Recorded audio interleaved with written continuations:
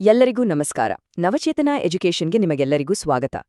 ಇವತ್ತು ನಾವು 2015ರ PSTR ಪರೀಕ್ಷೆಯಲ್ಲಿ ಬಂದಿದ್ದ ಶೈಕ್ಷಣಿಕ ಮನೋವಿಜ್ಞಾನದ ಕೆಲವು ಮುಖ್ಯ ಪ್ರಶ್ನೆಗಳನ್ನ ಡಿಕೋಡ್ ಮಾಡೋಣ.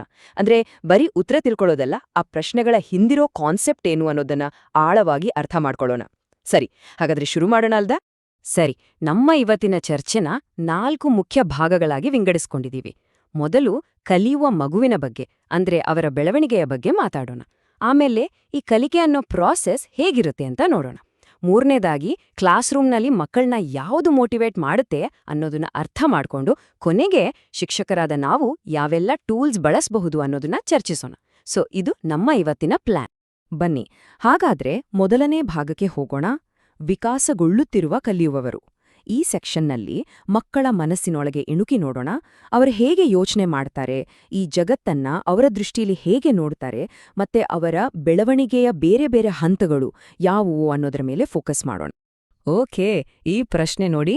ಒಂದು ಮಗು ಎಲ್ಲರೂ ತನ್ನ ಹಾಗೇನೆ ಯೋಚನೆ ಮಾಡ್ತಾರೆ, ಜಗತ್ತನ್ನ ತನ್ನ ಹಾಗೇನೆ ನೋಡ್ತಾರೆ ಅಂತ ಅಂದ್ಕೊಳ್ಳುತ್ತೆ. ಇದನ್ನ ನಾವೆಲ್ಲರೂ ನೋಡಿರ್ತೀವನ್ವಾ?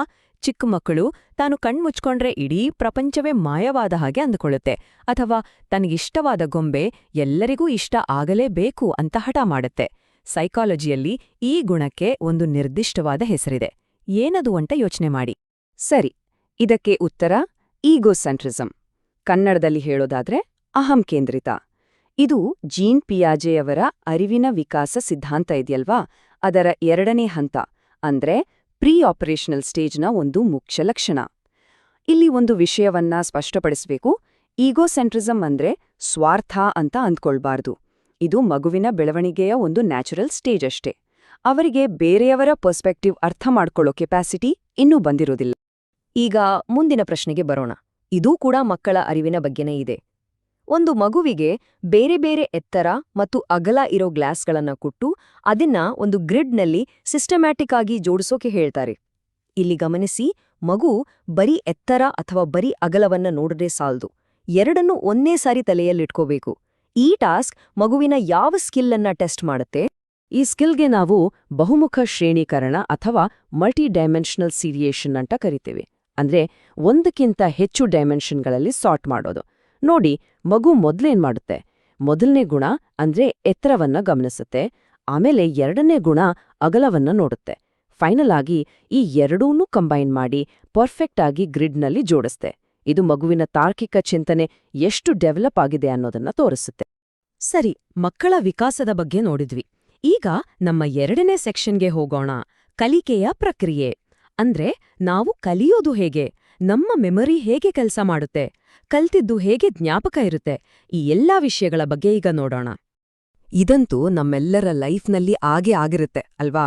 ಪರೀಕ್ಷೆ ಟೈಮ್ನಲ್ಲಿ ಒಂದು ಹೊಸ ಚಾಪ್ಟರ್ ಓದುತ್ತೀವಿ. ಓದಿದ ತಕ್ಷಣ ನಿನ್ನೆ ಓದಿದ್ದ ಹಳೆ ಚಾಪ್ಟರ್ ಏನೋ ಮರೆತು ಹೋದ ಹಾಗೆ ಅನಿಸುತ್ತೆ. ಒಂದು ನೆನಪು ಇನ್ನೊಂದಕ್ಕೆ ಅಡ್ಡಿ ಮಾಡಿದ ಹಾಗೆ ಆಗತ್ತೆ. ಇದನ್ನ ಸೈಕಾಲಜಿಯಲ್ಲಿ ಮೆಮರಿ ಇಂಟರ್ಫಿಯರೆನ್ಸ್ ಅಂತ ಅಂತಾರೆ. ಅದರಲ್ಲೂ ನಿರ್ದಿಷ್ಟವಾದ ಟರ್ಮ್ಸ್ ಇವೆ. ಏನವು? ಇಲ್ಲಿ ನೋಡಿ, 2 ತರಹದ ಅವರೋಧ ಅಥವಾ ಇನ್ಹಿಬಿಷನ್ ಇದೆ. ನಮ್ಮ ಪ್ರಶ್ನೆಯಲ್ಲಿ ಹೇಳಿದ್ದು ಉತ್ತರವ್ಯಾಪಿ ಅವರೋಧ ಅಥವಾ ರೆಟ್ರೋಆಕ್ಟಿವ್ ಇನ್ಹಿಬಿಷನ್. ರೆಟ್ರೋ ಎಂದ್ರೆ ಹಿಂದಕ್ಕೆ, ಅಂದ್ರೆ ಹೊಸದಾಗಿ ಕಲಿತ ವಿಷಯ ಹಳೆಯ ನೆನಪನ್ನ ರೀಕಾಲ್ ಮಾಡೋಕೆ ಅಡ್ಡಿಪಡಿಸುತ್ತೆ. ಇದಕ್ಕೆ ತದ್ವಿರುದ್ಧ ಪ್ರೋಆಕ್ಟಿವ್ ಇನ್ಹಿಬಿಷನ್. ಪ್ರೋ ಅಂದ್ರೆ ಮುಂದಕ್ಕೆ, ಅಂದ್ರೆ ಹಳೆಯ ನೆನಪುಗಳು ಹೊಸ ವಿಷಯವನ್ನ ಕಲಿಯೋಕೆ ಅಡ್ಡಿಪಡಿಸ್ತವೆ. ಈ 2ರ ನಡುವಿನ ವ್ಯತ್ಯಾಸ ತಿಳ್ಕೊಳ್ಳೋದು ತುಂಬಾ ಇಂಪಾರ್ಟೆಂಟ್. ಓಕೆ, ಈಗ ಕಲಿಕೆಯ ಬಗ್ಗೆ ಮಾತಾಡ್ಬೇಕಾದ್ರೆ ಒಂದು ತುಂಬಾನೇ ಪ್ರಮುಖವಾದ ಸಿದ್ಧಾಂತವನ್ನ ನಾವು ಮರೆಯೋ ಹಾಗಿಲ್ಲ. ಅದೇ ರಚನಾತ್ಮಕವಾದ ಅಥವಾ ಕನ್ಸ್ಟ್ರಕ್ಟಿವಿಸಂ. ಈ ಪ್ರಶ್ನೆ ಏನ್ ಕೇಳ್ತಿದೆ ಅಂದ್ರೆ, ಕೊಟ್ಟಿರೋ ಆಪ್ಷನ್ಸ್ಗಳಲ್ಲಿ ಯಾವುದೂ ಈ ಸಿದ್ಧಾಂತಕ್ಕೆ ಸಂಬಂಧಪಟ್ಟಿದ್ದಲ್ಲ ಅಂತ. ರಚನಾತ್ಮಕವಾದದ ಮುಖ್ಯ ಐಡಿಯಾ ಏನ್ ಗೊತ್ತಾ? ಇಲ್ಲಿ ಜ್ಞಾನ ಅನ್ನೋದು ಟೀಚರ್ ಕೊಡೋ ವಸ್ತು ಅಲ್ಲ, ಬದಲಿಗೆ ವಿದ್ಯಾರ್ಥಿಗಳೇ ತಮ್ಮ ಅನುಭವ, ಚಟುವಟಿಕೆಗಳ ಮೂಲಕ ಆಕ್ಟಿವ್ ಆಗಿ ಜ್ಞಾನವನ್ನ ತಾವೇ ರಚನೆ ಮಾಡ್ಕೊಳ್ತಾರೆ. ಹಾಗಾಗಿ ಇಲ್ಲಿ ಕಲಿಕೆ ಸ್ಟೂಡೆಂಟ್ ಸೆಂಟರ್ಡ್ ಆಗಿರುತ್ತೆ, ಕ್ಲಾಸ್ ರೂಮ್ ತುಂಬಾ ಡೆಮೊಕ್ರೆಟಿಕ್ ಆಗಿರುತ್ತೆ, ಪಠ್ಯಕ್ರಮ ಕೂಡ ಮಕ್ಕಳ ಆಸಕ್ತಿಗೆ ತಕ್ಕಂತೆ ಫ್ಲೆಕ್ಸಿಬಲ್ ಆಗಿರುತ್ತೆ. ಈಗ ಹೇಳಿ, ಕಟ್ಟುನಿಟ್ಟಾದ ಪಠ್ಯಕ್ರಮಕ್ಕೆ ಬದ್ಧವಾಗಿರೋದು ಇದಕ್ಕೆ ಸರಿ ಹೊಂದುತ್ತಾ?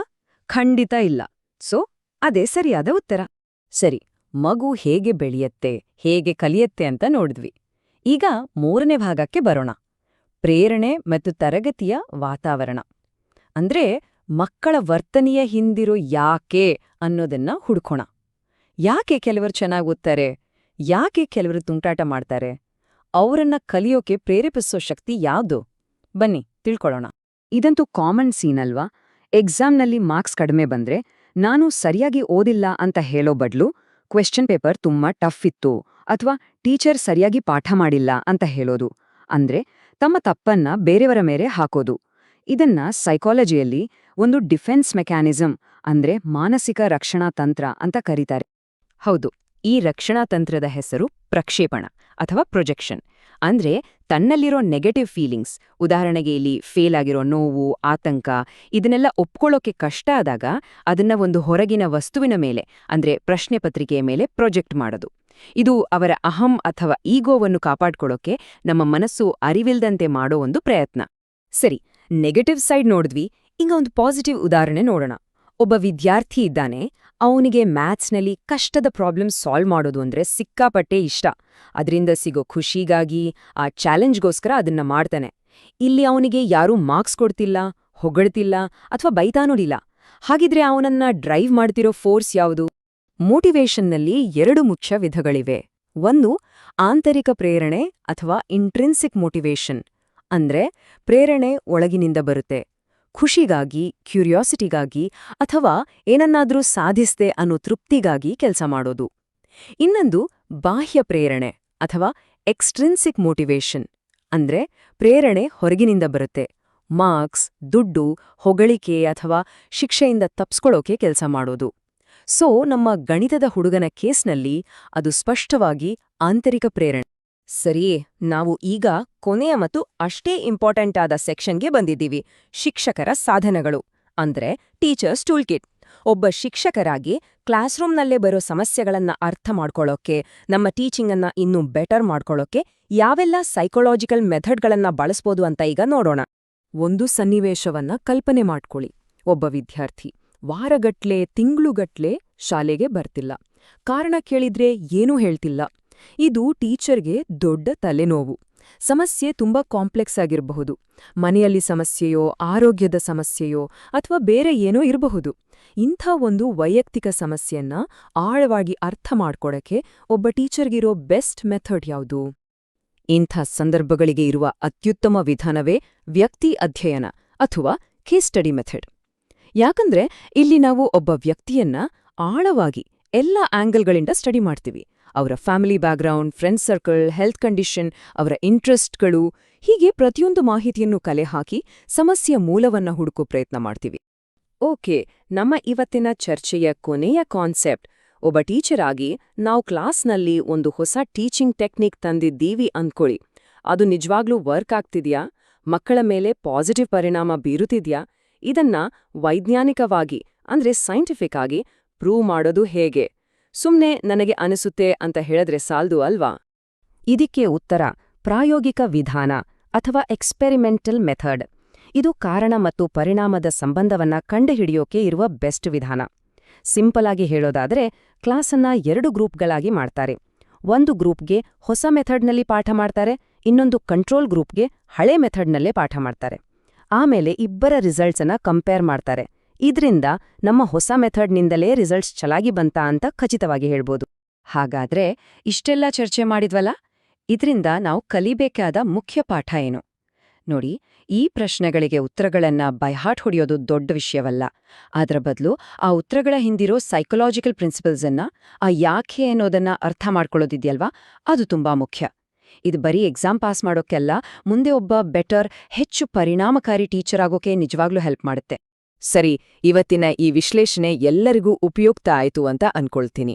ಈಗ ಒಂದು ಕ್ಷಣ ಯೋಚನೆ ಮಾಡಿ, ಇಲ್ಲಿ ನಾವು ಚರ್ಚೆ ಮಾಡಿದ ಈ ಕಾನ್ಸೆಪ್ಟ್ಗಳಿಂದ ನಮ್ಮ ಸ್ವಂತ ಬೋಧನೆಯಲ್ಲಿ ಅಥವಾ ನಾವು ಕಲಿಯೋ ರೀತಿಯಲ್ಲಿ ಯಾವ ಒಂದು ಸಣ್ಣ ಬದಲಾವಣೆಯನ್ನು ತರಬಹುದು? ಖಂಡಿತ ಇದ್ರ ಬಗ್ಗೆ ಯೋಚನೆ ಮಾಡಿ. ಇದೇ ತರಹದ ಇನ್ನಷ್ಟು ಆಳವಾದ ವಿಶ್ಲೇಷಣೆಗಳು ಮತ್ತು ಕ್ವಾಲಿಟಿ ನೋಟ್ಸ್ಗಳಿಗಾಗಿ ನಮ್ಮ ನವಚೇತನ ಎಜುಕೇಷನ್ ಯೂಟ್ಯೂಬ್ ಮತ್ತು ಟೆಲಿಗ್ರಾಮ್ ಚಾನೆಲ್ಗೆ ಸಬ್ಸ್ಕ್ರೈಬ್ ಆಗೋದನ್ನ ಮರಿಬೇಡಿ. ಮುಂದಿನ ವಿಶ್ಲೇಷಣೆಯಲ್ಲಿ ಮತ್ತೆ ಭೇಟಿಯಾಗೋಣ.